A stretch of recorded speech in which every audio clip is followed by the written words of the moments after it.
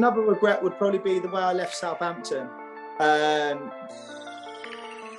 Ebbing and flowing. I didn't go on with the manager. The manager didn't go on with me. It was fine. Do you think, though, there's enough communication between players, clubs and fans? Because the way the FA have said, or football clubs have said, taking a knee now in football. Some clubs have said yes, some clubs have said no. Do you think it's outdated, or do you think it still has a powerful effect? Good question. Let down, not in a way, but they talk about how far the club's come. The club's moved forward in 18 months. I was part of that in 18 months. They end up dismissing the manager, which I think is a bad idea and they shouldn't have done. And then they tell us that they're going to continue. The club's not been fighting for a playoff position from the time they've been relegated from the Premier League in 2014-15. So they've all got carried away, I think. Yeah. Do you think that's because financially? Welcome to the Winners Mindset podcast. Charlie, how are you? I'm fine, thank you, mate. And how are you? Really good.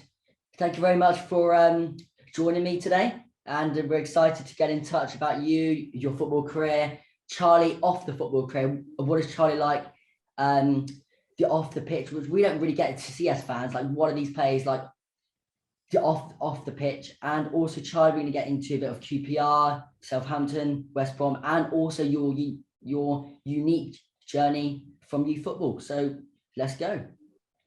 And just before we start, I just want to say to new viewers watching and for people watching, part of the reason why I'm doing this podcast is to raise awareness for stammering and to show people with learning disabilities that you can put yourself out there and put your mind to something, because if you chase your dreams, no one can tell you off for that, because just put yourself out there, be confident and try your best.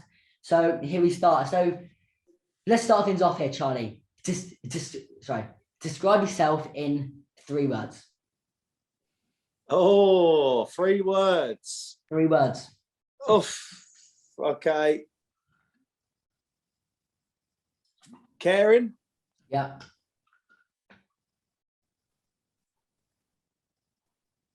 My glass is always half full. Always half full. And a gambler. A gambler. Do you think, when you think of the word gambler, when do you use, like, what makes that word for you tick for you? How does that describe you? 3 times in my career, Ed, I've had 1 year left on my contract, or I've been out of contract, and the offers on the table, offers that wasn't on the table, haven't been one that I was pleased with. And I had to gamble, really, and back my own ability. So that's where I gambled, and that's where the gambler comes in with me, and just roll the dice and see what happens. And like you said in your intro, really, Ed, back yourself and put yourself out there. And it doesn't matter what, like you say, learning disabilities or football or cricket or any way of life, any job, as long as you back your own ability and believe in yourself, then the true outcome will come out in the end. It really will. And I think that's where the gambler side of me come with football, and that in them kind of instinct was, right, let's just go for it and trust ourselves, trust our ability, and what will be will be. Do you have, let's say, regrets in football? In football? Yeah. Yeah. Two regrets. 2 regrets. Now, these are only regrets because of on my thingy, not on the pitch, more off the pitch. On the pitch, you have no regrets when you go across the white line. You give 100%, and what the outcome will be, the outcome will be. Yeah. 1 regret was early on in my career, I left Swindon and I handed a transfer request. I didn't really need to. I would have probably moved anyway. But you learn that. You've learned by your mistakes. Do you know what I mean? Moving forward. And then another regret would probably be the way I left Southampton. Ebbing and flowing. I didn't go on with the manager. The manager didn't go on with me. It was fine.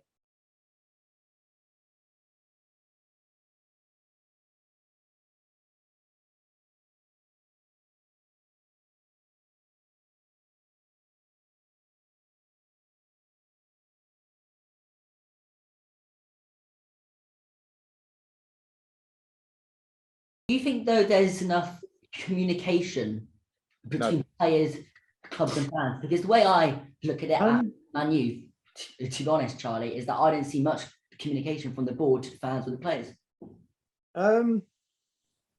It's a tough one, Ed, because it's a business. Yeah. Football is a business. I don't think you can get away from that. Football is a business. Do you know what I mean? And a lot of things are kept in-house, and I think that is the right thing to do. But let me tell you something, when clubs want stuff to get out in the media and the press, they certainly let it get out there. It's as simple as that.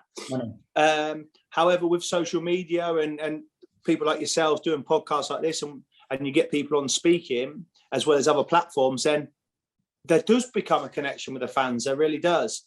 And I think social media certainly has its benefits. It really does, because you can get across to fans. The fans can get an insight into people's into training life. I guess they can see training sessions, like the little sequence they get on the internet, whether it's Twitter, Instagram, Facebook, anything like that. They get to see them kind of things. So I think there's a fine balance. Like I say, clubs keep a lot in-house, but they do a lot to let the fans know. They really do. And you need to understand it is a business. And like you say with Man United, and not just Manchester United, board level is, you could say to any tech company or to any building firm, etc. The board are not going to, do you know what I mean? The board are not going to allow certain things to get out. They're really not. Do you know what I mean? But football is what everyone grows up to love, male or female, and the way the female game's growing, of course, is great. So it only gets drip fed as much as they want to allow to be let out in the public. What's your thoughts on social media and players that have maybe teams behind them in there? So maybe if you lose a match, okay, you go, really sorry for the loss today, but it's not actually them. A lot of fans have said it, like, it's not actually, there's swings and roundabouts to that, Ed. The swings and roundabouts. People like to be honest, and people like to not hide behind a team, but people have social media teams because some of the lads don't want to face it. Some lads have their own and have a private one, and behind that they'll have their football one that they allow a team to go because they're not they're not interested, but they don't want the hassle from fans, because it is great. Social media is great to a certain degree, but then there's a lot of rubbish that comes with it, Ed. There really is a lot of rubbish to come with it. It doesn't matter whatever it is. It could, me and you could have a conversation now, and you can guarantee there'll be people commenting when you post it out somewhere. They'll have a negative comment to say. They really will. That's just social media. You're not going to make everybody happy. No. However, I use social media for myself to be very honest and very open to the way I feel. Whether we play good or whether we play poorly, I just voice my opinion. It's as simple as that. With abuse, how do you handle it? Because there's a lot of talk now about mental health in football. How do you handle abuse, and how do players handle it? Everyone's different, Ed. Everyone is really different. Does it affect you?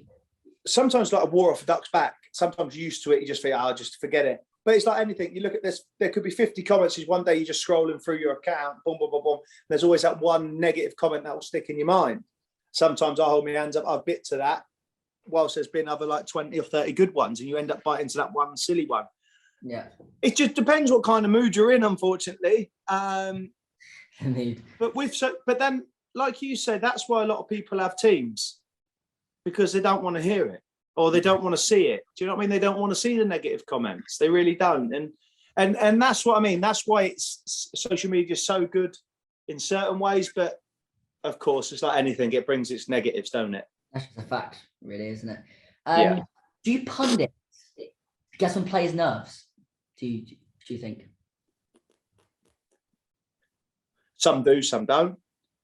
You're not going to agree with everything that people say, because that's not how the world works, does it? Do you know what I mean? Everyone has an opinion. Everyone sees a football game differently. Everyone's seeing situations differently.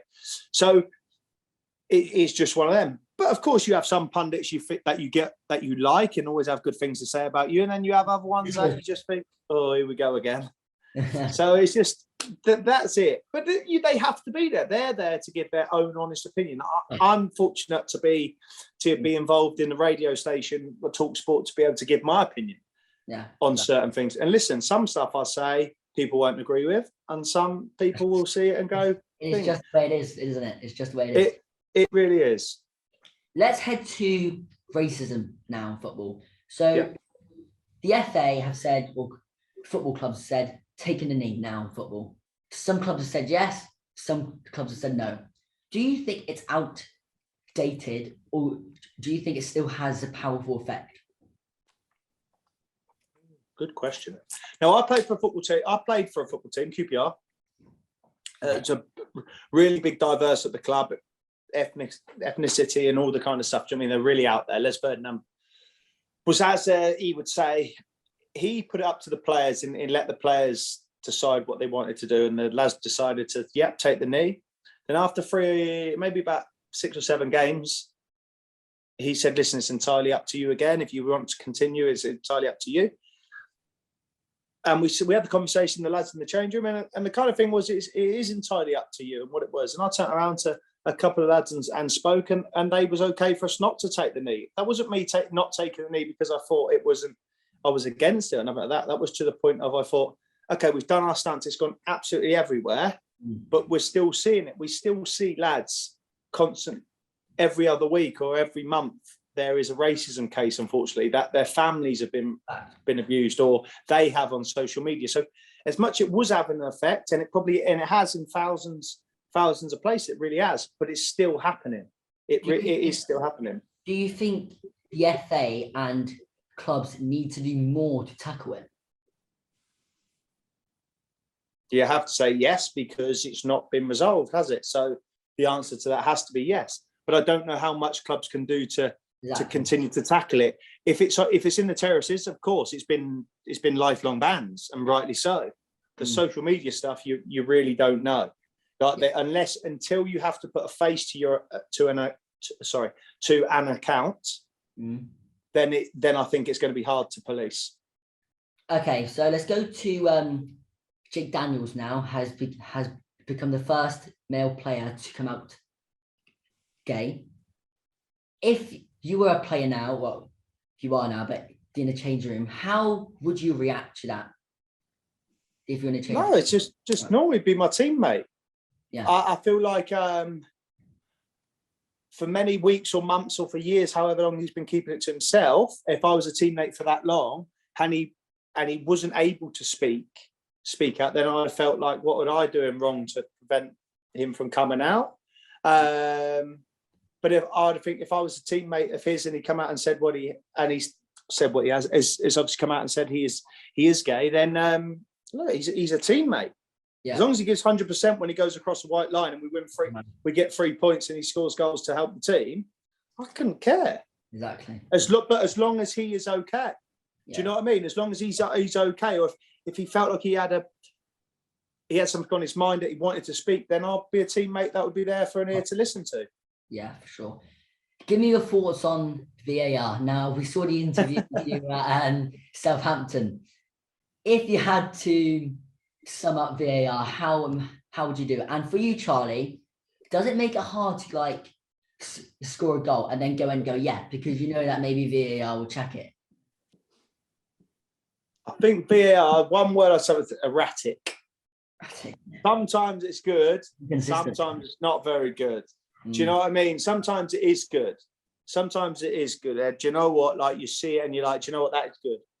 Yeah. Offside's offside. So if VAR comes in, it's offside. It's offside. But when you start scrolling back, or it's that handball rule, sometimes it's a bit tough. The best technology you've got to say is the goal line technology. That's the best. Is it a goal? Yes. Well, or is it not? Like, for me, that's the best. It's as simple as that. I wanted VAR to come into the game. I was a big advocate for it because I wanted the game to be better policed, as in referee, and we cancel out mistakes. But unfortunately, there's been more mistakes. So, sorry, mate. There's been more mistakes, unfortunately. So, but I wanted us to copy, not go out on a limb ourselves. Why do we not use the sports that use it all the time, i.e. Super League with the rugby? They use it. So why do we not go into that? Is referees to be mic'd? I've always wanted that. I think it'd be really interesting. I think it'd be 2 seconds, all right? 1 second, 2 seconds. Don't worry. Ah.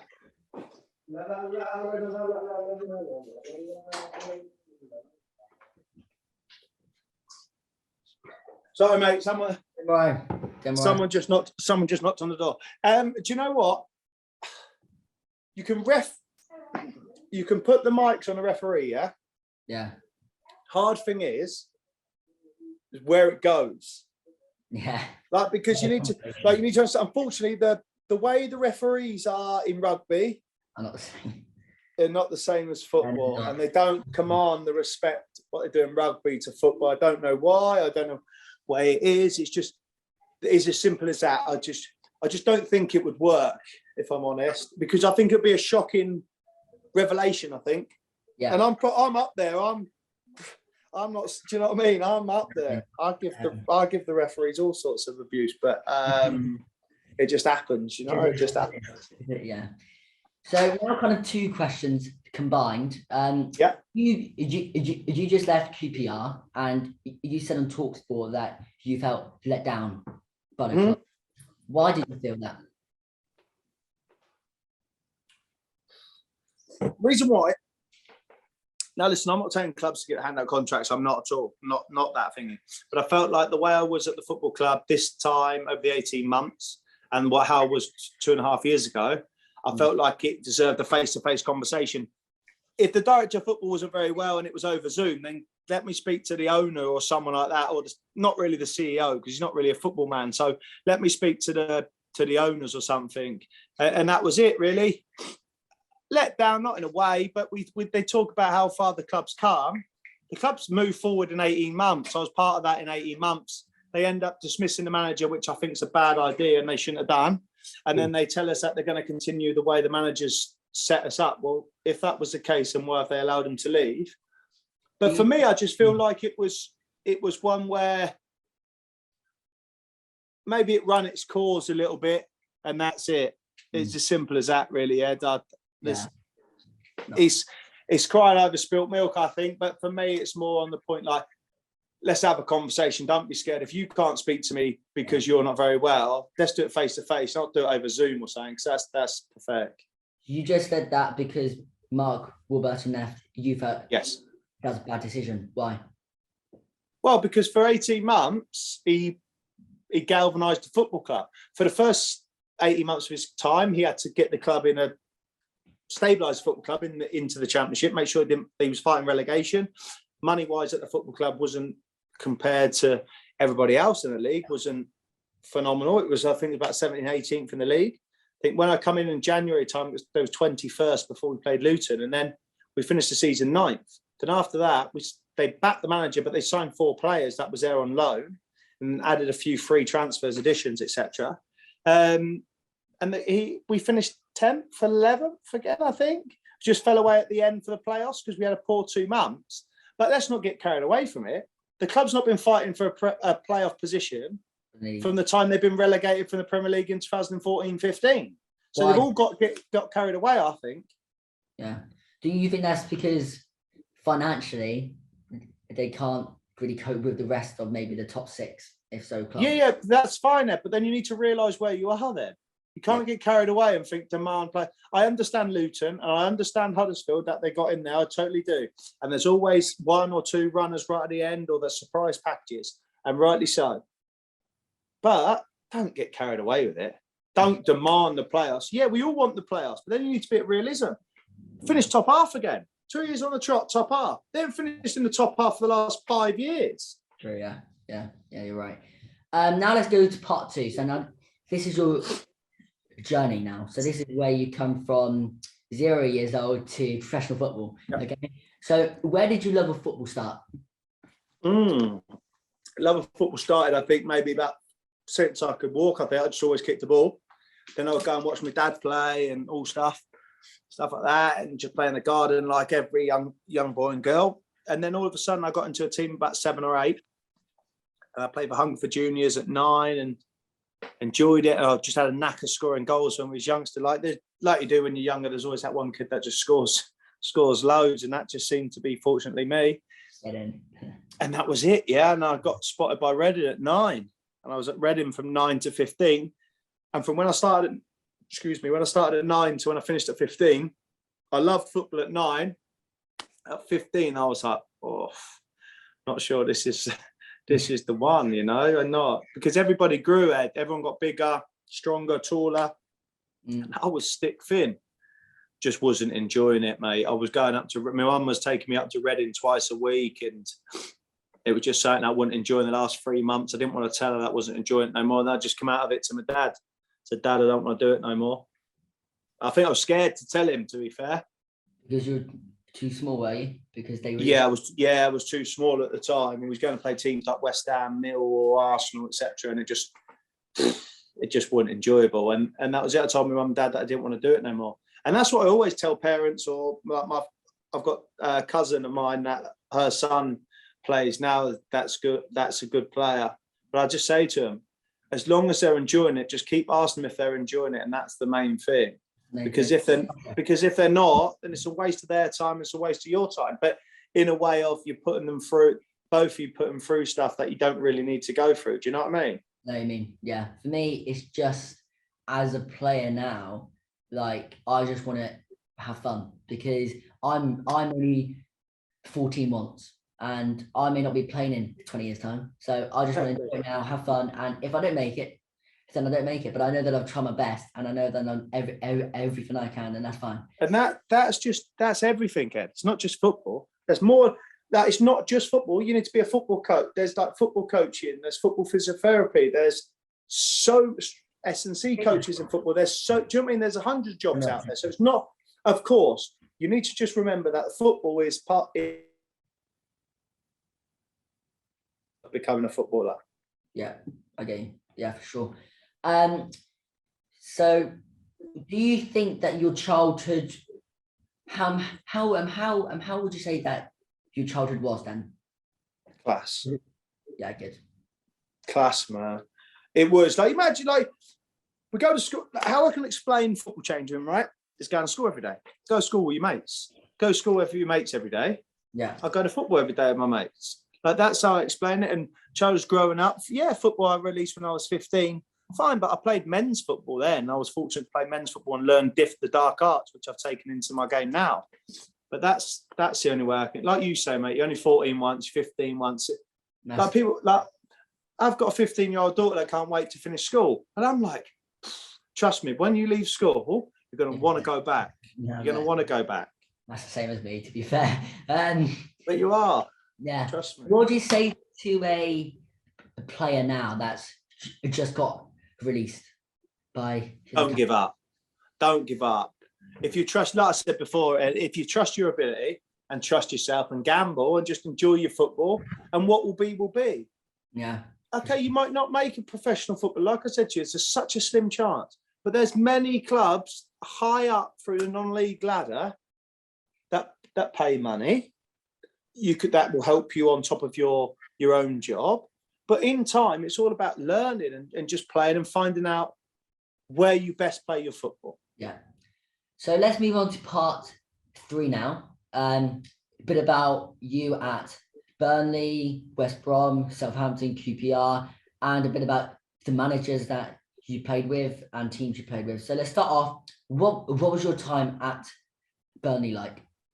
A learning curve. I was only young, 21. Me and my wife now moved up there. We didn't know what was going on. We was from Swindon. We both lived with our parents for a while. And then we moved up to Burnley. That was it. We thrown in the deep end. I played with older players for the first 6 months and I got injured. I dislocated my shoulder. Then younger players come in and I got back into the team playing and scoring. And you know what? I loved it. For two and a half years, we had another baby whilst we was up there. It was amazing. The people of Burnley were fantastic for me, to my wife, to my children. They really was. And you know what? It was part of my journey that I needed. Yeah. I think it was. It gave me a hell of a stepping stone. Burnley Football Club did at the time. It really did. And the family loved living up north. Like I say, the people I couldn't thank enough for how well they was and how grateful they was of my services to the football club. It really was. It was fantastic. I loved playing there. Let's just talk about Sean Dyche then. How is he to play under? Very good. But you not to play under is very good, yeah? Faultless for centre forward, it's brilliant. Wingers, ball wide, cross it in for centre forwards. My admiration for Sean Dyche went higher, went up through the levels when I failed a medical at Hull. And the way he involved me back into the team and to pre-season was like I'd never left. Conversation I had with him after, he said to me, you go away for 3 days, as in go home for 3 days with your wife and just switch off from football and then come back and be ready to go. And we went to Ireland on pre-season and he just treated me exactly the same, like I'd never been away. And it was just something that I always have with me. I'll never forget. You got promoted in 2014 with QPR. Yeah. Do you think before that campaign, it was the aim to stay up? That was the aim. And why do you think you guys didn't? QPR, yeah, of course. I think every promoted team, Ed, is to stay as 17th. If you asked every promoted team, they'd gone up now, Fulham and Bournemouth, and obviously two. Like, if you was offered 17th now in the Premier League, they'd snap your hands off to not be relegated. Of course, that was what we obviously wanted. I think the reason why we didn't stay up is we didn't score enough goals. Obviously, I scored 18, and I don't think we scored many. Anyone else got into double figures, and we conceded too many goals, unfortunately. But forget that. The biggest thing, Ed, we didn't win away from home until February. It was too reliant on our home form. We really was, and for a team in the Premier League that's just been promoted, you can't be so reliant on your home form. But unfortunately, we was, and we just couldn't get it over the line, unfortunately. But we just fell short. But that's football. There's got to be losers, unfortunately. You did get called up to the England squad, but you didn't make the appearance. Do you feel a bit disheartened by that? I did at the time, not anymore. Not anymore. I did at the time, so I'd done everything that ticked all the boxes to get the call up, yes, and probably done enough to play. Just unfortunately didn't get that cap. Yeah. The cap would have been a perfect ending to the season. My first year in the Premier League, to score 18 with a Premier League hat trick and an England cap, that would have been amazing. But listen, sometimes it's not meant to be. It's the way it is, mate. Yeah. Then you went to Southampton and you worked with Ronald Koeman, Puel, Pellegrino, Mark Hughes, and Ralph Hudson-Hunter. Well, that's how you say his name, I think. What manager do you think suited you the most, and did you enjoy your time there? I enjoyed my time there. Manager suited me the most. Good question. Ronald Koeman was only there 6 months. And then a couple of injuries, niggly injuries, so I didn't really play under him much. I only made 7 appearances. The following year, Claude Puel was there, and we got a slow start, but then we got going then, and I enjoyed playing for him. I really did. I felt like I won him over. Really? Yeah, I did. A French manager coming in, seeing our old-fashioned, really English centre forward, had to win him over, and I did. And then I was unfortunate. I'd done my shoulder again. Pellegrino come in, and he was very much the same. It took me a while to get on side with him, and we did. But then I tore my hamstring tendon, which then put me out for 4 months. That was the end of that. Mark Hughes, I enjoyed my time with because we played and stayed up. And then with Ralph, look, we clashed from the first couple of weeks. It was as simple as that. I'd have to say the best one was Claude Puel. Really? Yeah. Claude Puel. Why did you clash with Ralph then? What happened? He just doesn't like no personalities. If you look at all the players that he's let go of the football club, he's allowed big personalities to leave.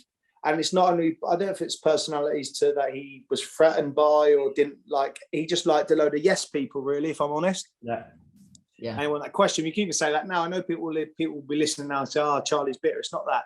They allowed Pierre Højbjerg to leave the football club. Yes, he's gone to Tottenham. He's a starter for Tottenham, playing the European competitions. But if you're a captain of the football club, you don't allow him to go. You do everything you can to stay. Pierre used to say things to him at the start. He didn't, but then he did at the end. Yannick Vestergaard, they've allowed him to leave for money to Leicester.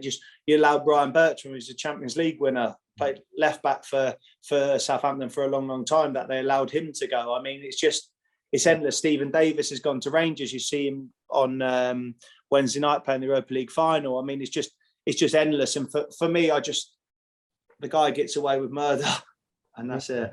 Okay. You go to West Brom and you played there the first year there, and you got promoted. But then the next year there, you didn't really play that much in the Premier League. And No, I didn't play at all. When we got promoted for West Brom under Lynch, it served the purpose for me in the football club. We filled a void that the club needed, a centre forward. I went there with personality and changed the football club's mentality, and we got promoted. The second year, it just didn't happen. Me and Stammen didn't fall out. It just didn't happen. That's the way football goes sometimes. Then a couple of injuries happen, and all of a sudden I'm back in. And then we draw at Man City and we're on the bus on the way home. And all of a sudden we're told he's getting the sack and Sam Allardyce was coming in. Then I won't lie, in the back of my mind, I'm thinking, do you know what? I could play here. I'm going to suit him and going to play. But that wasn't the case at all. No, that wasn't the case. And I think when QPR come knocking, or the transfer, not just QPR, when the transfer window opened, I think we knew I was going to leave. And that was it, really. Why do you think it was then the right decision to let go of Slaven Bilic? No, I didn't think it was a good idea. You can't have them for 1 year, get promoted, then the second year you're part of the Premier League, and you've got to allow him to stick out the year, because the inevitable happened in the end anyway. Sam Allardyce come in, he didn't change nothing.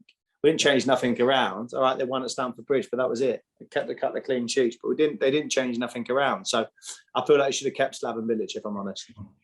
When you look back on your time at QPR the last 2 years, do you think it was a successful time there? Yeah, because I transformed the club on and off the pitch. On the pitch, there was 21st in the Championship, and I was part of a team and a group of men that got us a 9th finish, top half finish, and I was done it again this year, on and off the pitch. I feel like we galvanised the fan base. The fan base didn't like the football club, didn't like the board. I'm not too sure they're very grateful, or they're very one-sided with the director of football at the moment. I think they question a lot of his decisions, and probably rightly so. But so I have to look back and go, do you know what? I've transformed the club in a certain way. The QPR isn't the club that I went to the first time, where there was many players coming through the door, etc. Yeah, like there's not that, but it's probably in a better place financially. But if that's the case, then you've got to put it in perspective. When we got promoted in 2013-14, that was demanded. It felt demanded was getting promotion. This year, it felt like it was demand to get in the playoffs. I think you got to weigh it up a little bit. Do you know what I mean? When you went through that 2-month period when form was dripping a bit, what do you think, firstly, was the main cause of that? And did it shock you about the type of characters maybe in the dressing room? I think for the 2 months, listen, in football, you can go on a 2-month winning spree, and you couldn't say what happened was it was just a game was coming, a game. And that was probably, unfortunately, we just couldn't stop the rot for a while. And we probably didn't change formation or personnel too much to make that happen. But look, that's football. And in the 2 months, the lads said a lot of things to each other, clear the air talks, which is probably the right thing to do. Of course it is when it's not going great. But we just couldn't stop the rot, unfortunately. And we couldn't get a draw or couldn't get a win quick enough to prevent it from them 2 months. And then you need to think, with four games to go, although we need to win all 4, we're still in the chance to make the playoffs. Yeah. So for 2 months, we wasn't great, but we still give ourselves every opportunity. Yeah. Okay, so now we're going to go into some quick fire questions now. Off, okay? Firstly, best player you played with? Virgil van Dijk. I knew you were. Best player you came up against?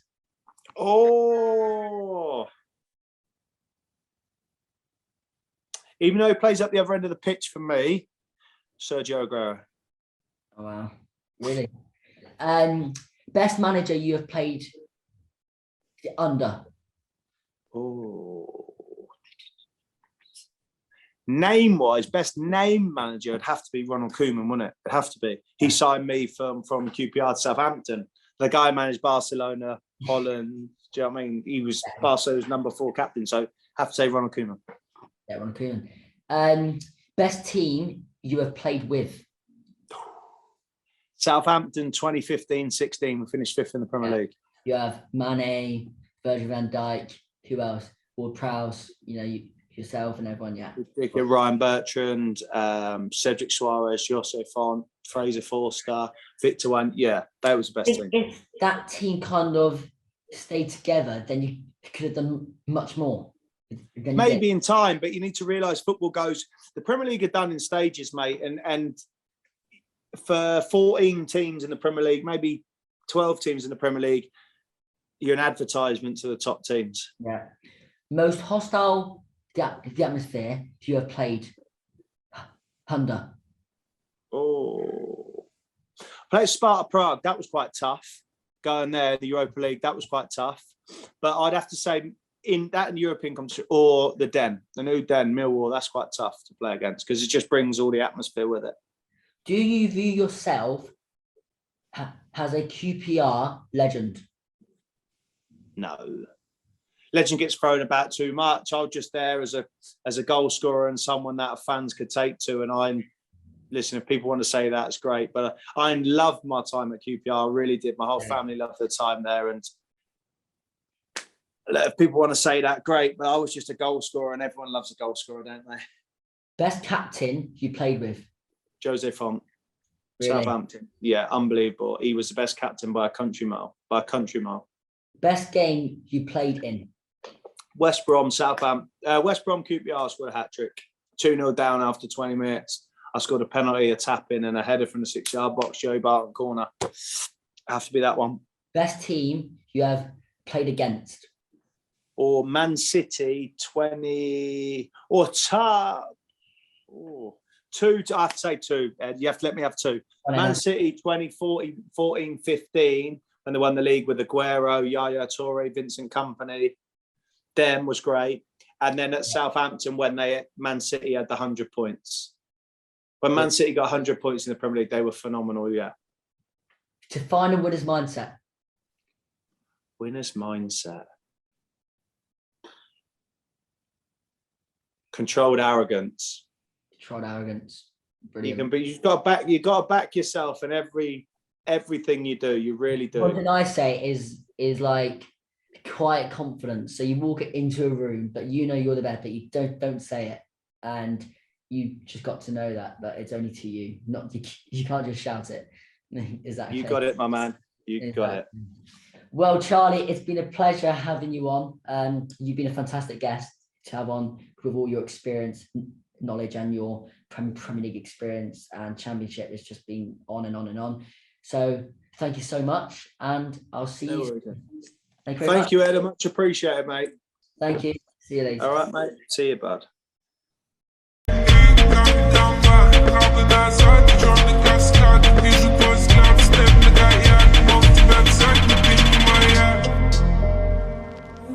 Тогда ты пацаны,